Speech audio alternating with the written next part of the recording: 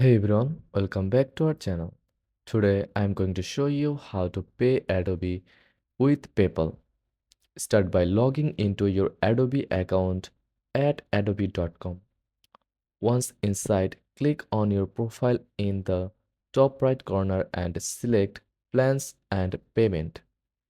In the Plans section, find the Manage Payment or Edit Payment Details option.